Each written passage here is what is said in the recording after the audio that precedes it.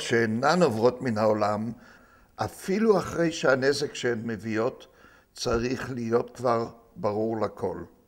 בימים אלה יצא מכרז מטעם משרד ראש הממשלה, ובו נדרשות הצעות מחיר להפקת תוכנית ארוכת טווח שתביא את ישראל להיות בין 15 הכלכלות המובילות בעולם.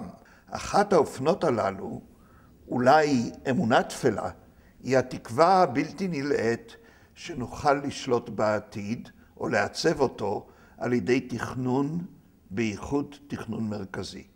קחו למשל את יוסף סטלין. כדיקטטור הוא ידע מה צריך לעשות.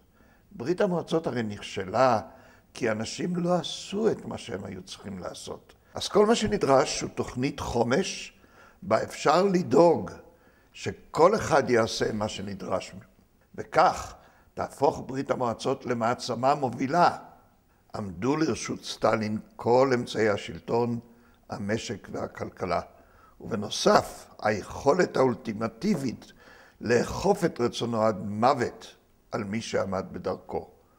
הוא כמובן יישם את התוכנית להרוג את כל מי שעמד בדרכו, על מנת ליישם את תוכנית החומש, אבל אפילו אז, תוכניות החומש שלו לא הצליחו.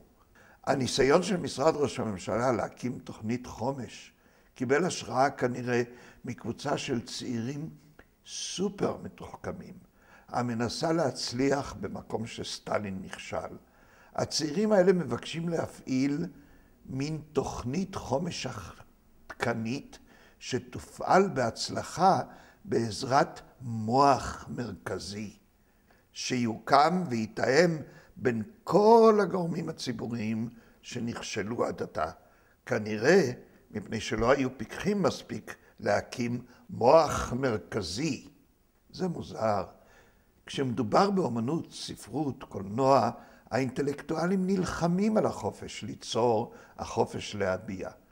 דווקא כשהם באים לעסוק בכלכלה, הם בוחרים ברודנות, של אליטות משרתות, או של גורו לעת מצוא, שפענח את סוד היצירה ויודע לזהות כטענתם הפתעות אסטרטגיות.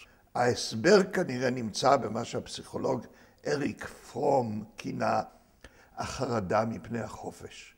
פרום הסביר את הנהייה אחר השלטון הנאצי בחינוך הנוקשה שהיה נהוג בגרמניה.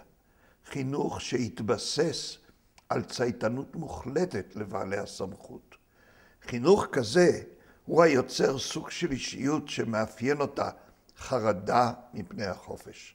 אחרת, איך אפשר להסביר את הנכונות לקחת את כל הסיכונים המוכחים הכרוכים בשעבוד לתכנון מרכזי ולבעלי הסמכות העומדים מאחריו, והכל כדי להימנע ממה שבא בדרך הטבע.